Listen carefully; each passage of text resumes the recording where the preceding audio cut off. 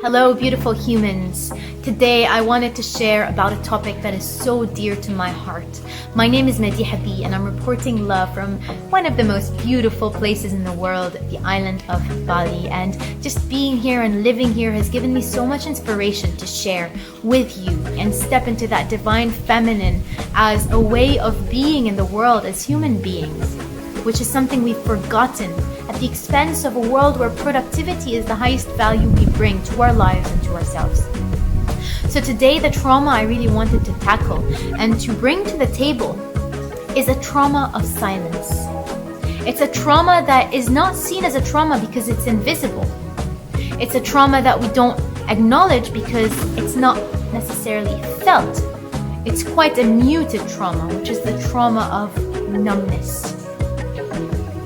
Numbness is this state of closing up all the ways we feel physically and emotionally and even mentally, because something in life told us that it was not okay to feel. Whether that something comes from a big systemic level where we live in a society that does not celebrate and value feelings, which in actuality are our deepest currency, or that's a more personal experience in your life, with your family, with your parents. And of course that doesn't come from, let's say, bad intention or somebody who wants to harm you, but from an ignorant community and society and culture that has not understood the importance of emotions and feelings in guiding you towards your highest expression in life, and in guiding us as a people, as a collective, towards expressions of life that are joyful and vibrant and beautiful. And instead, we have been operating from a life that is purely mind, that is purely productivity, that is purely ambition and CVs, at the expense of the feeling self. And what that has done to the feeling self is that it's numbed it.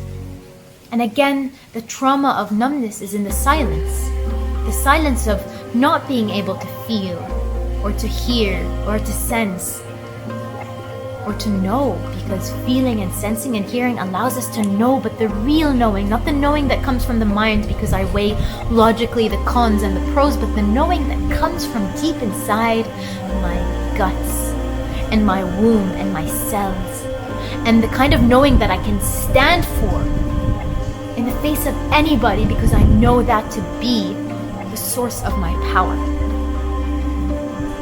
So in cultivating numbness instead of feeling, we have also given away our power.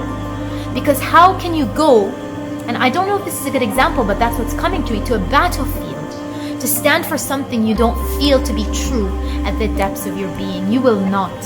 And in the same way, you will not step up in your life when you don't know and feel something to be so true at the depths of your being. And so this numbness has been a really disguised way of taming you, of numbing you of your power.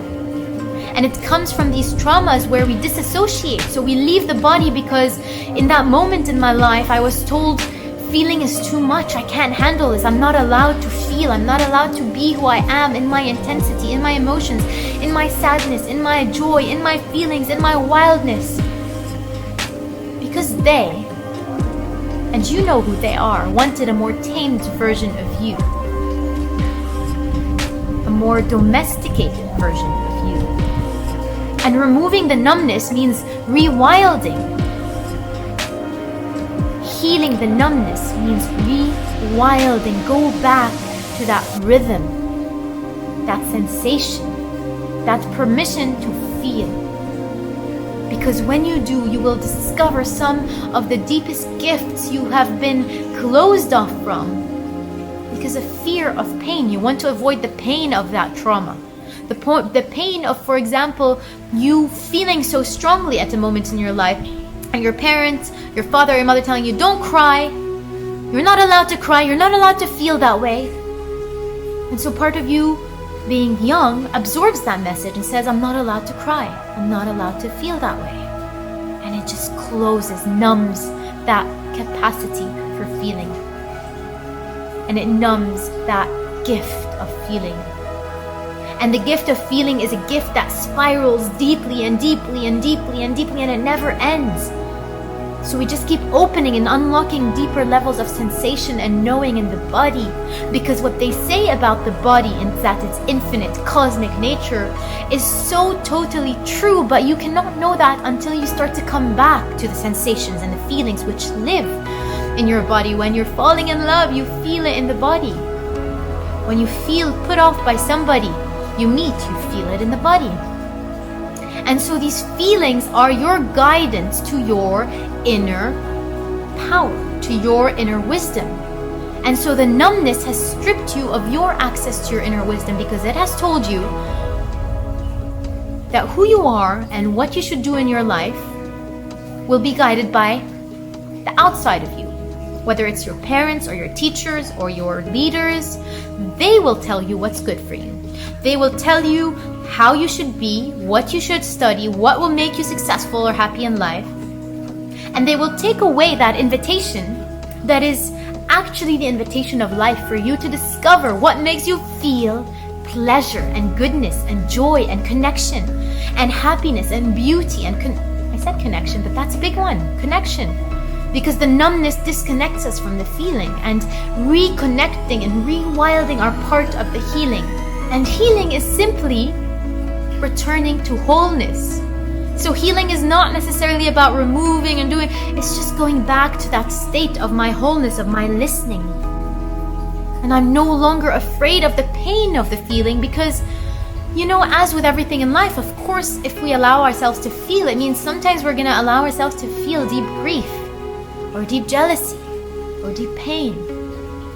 But that also means that I'm going to allow the parts of me that will feel infinite joy and bliss and ecstasy and orgasmic encounter with life.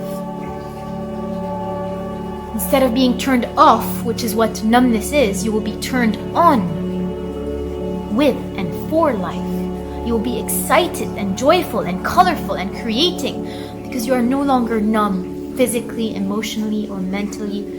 And of course, spiritually, because spiritual openness, the rewilding, is really connecting yourself with the bigger picture and allowing yourself to be a channel. So you're feeling all these things, but you know it's part of a bigger evolution, and an evolution that is for yourself and your whole communities to feel more connected. It also brings us back to the ancient ways of being. Instead of just looking to the future, the ancient ways of being can teach us about community and tribe and taking care of one another and seeing and celebrating one another. And so there's so many places we can start to look at to understand the depths of that feeling way of being in the world. And it takes that paradigm shift where I'm no longer focused on productivity and what I'm going to do, because I'm not a human doing, I'm a human being, and in the being I can feel. And my invitation is for you to feel and feel and feel more and more and more deeply, because it's in that depths of feeling, almost like you're under the ocean, that you start to discover the true and delicious taste of life. And you know what I'm saying is true. And even if you have resistance to this, or you say, yes, and I'm numb, what can I do about this? Well, maybe you've chosen to be numb until now, until this moment. And starting from today, you're going to commit yourself to giving yourself permission to feel. Give yourself permission to feel. That's my invitation for you today. I hope this video was useful for you. I hope you enjoyed it. If you did, please subscribe to my channel. I love to share whatever insights and wisdom comes to me as I live my truth and my connection with myself and nature here on the island of Bali. I send you so much love and blessings, and hope you can receive all these good vibes and this level of feeling and process that I myself am going through, because I know for a fact that the deeper I am able to access my capacity to feel, the deeper my humanity and my power will be activated. And I send that as a prayer for all of us to awaken in that level of feeling, in the depths of feeling, to honor that dimension of our humanity together.